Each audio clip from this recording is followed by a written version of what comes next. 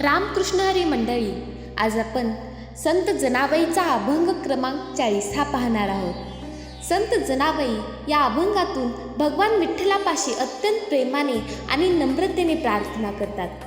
त्यांच्या मनात विठ्ठलाबद्दल असलेली भक्ती, समर्पण आणि अखंड प्रेम या अभंगातून दिसून येते. त्या विठ्ठलाला फक्त देव म्हणून नाहीत, तर आपला सखा, आधार आणि जीवनाचा स्वामी मानतात.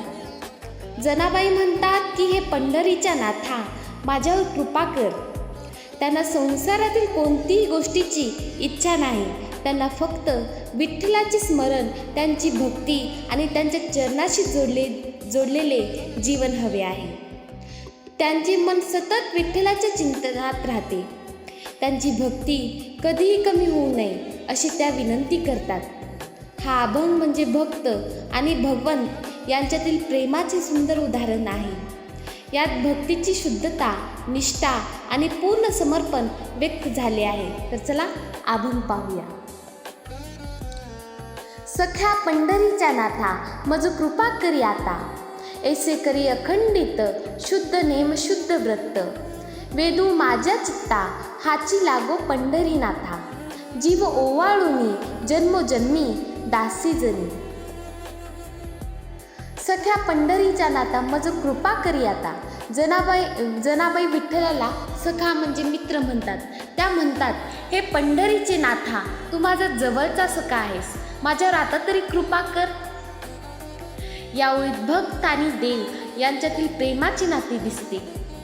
सामान्य माणूस देवाला दूरचा समजतो, पण संतांना देव आपला जवळचा वाटतो. जनाबाईच्या मनात विठ्ठलाबद्दल इतके प्रेम आहे की त्याला आपला मित्र मानतात. त्या विठ्ठलाकडे संपत्ती, सुख किंवा संसारातील गोष्टी मागत नाहीत. त्या फक्त देवाची कृपा मागतात. कारण देवाची कृपा मिळाली तर जीवनाला योग्य दिशा मिळते, मनाला शांती मिळते आणि भक्तीचा मार्ग सोपा होतो. ऐसे करी अखंडित, शुद्ध नेम शुद्ध व्रत. हे विठ्ठला, माझी भक्ती कधीही तुटू देऊ नकोस. माझे नियम आणि माझे व्रत नेहमी शुद्ध राहू दे. जनाबाईची इच्छा आहे की त्यांच्या जीवनात विठ्ठल भक्ती सतत राहावी. भक्ती ही केवळ एखाद्या वेळपुरती किंवा परिस्थितीनुसार नसावी, तर ती अखंड असावी.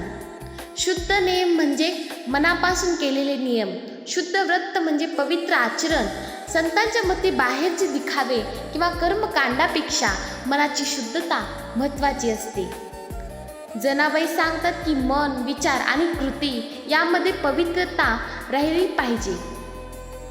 देवाचे स्मरण आणि चांगले आचरण हेच खरे व्रत आहे. वेदू माझ्या चित्ता, हाची लागो पंढरी नाथा.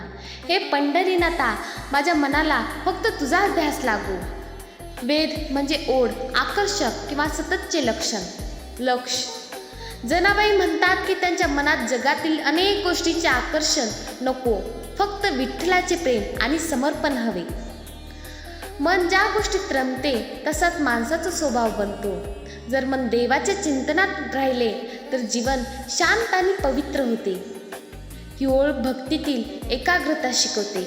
देवाचे नाव, त्यांचे रूप आणि त्यांचे गुण यांचा सतत विचार करणे म्हणजे खरी भक्ती होय. जीव ओवाळुनी, जन्मोजन्मी दासी जनी. मी माझा जीव सुद्धा तुझ्यावर अर्पण करते. जन्मोजन्मी मी तुझी दासी म्हणून राहते. या ओळीत जनाबाईचे पूर्ण समर्पण दिसते. त्या म्हणतात की माझे जीवन, माझे अस्तित्व, सर्व काही विठ्ठलासाठीच आहे. ओवाळणे म्हणजे प्रेमाने आणि श्रद्धेने स्वतःला अर्पण करणे. जनाबाईच्या मनात अहंकार नाही, त्या स्वतःला विठ्ठलाची सेविका म्हणतात. जन्मोजन्मीची दासी याचा अर्थ असा की प्रत्येक जन्मात मला देवाची सेवा आणि भक्ती करण्याची संधी मिळावी. ही भक्तीतील सर्वोच्च अवस्था आहे, जिथे भक्ताला देवाशिवाय दुसरे काहीच महत्त्वाचे वाटत नाही. या अभंगातून जनाबाईची विठ्ठलावरील अढळ श्रद्धा दिसते. त्या देवाकडे केवळ भौतिक सुख मागत नाहीत, तर कायमची भक्ती मागतात. त्यांचे मन, जीवन आणि आत्मा विठ्ठलाला समर्पित आहे. जनाबाईच्या मते खरी भक्ती म्हणजे देवाशी प्रेमाचे नाते जोडणे, मन शुद्ध ठेवणे आणि सतत त्यांचे स्मरण करणे. देवाची कृपा मिळाल्यावर जीवनातील अडचणींना सामोरे जाण्याची शक्ती मिळते. या अभंगाचा मुख्य संदेश असा आहे की मनात शुद्ध प्रेम, श्रद्धा आणि समर्पण असेल तर भक्त आणि भगवान यांच्यातील अंतर नाहीसे होते. संत जनाबाईची ही विनम्र प्रार्थना प्रत्येक भक्ताला शिकवते की देवभक्ती ही दिव्यासारखी गोष्ट, दिखाव्यासारखी गोष्ट नसून तर मनाची अवस्था आहे.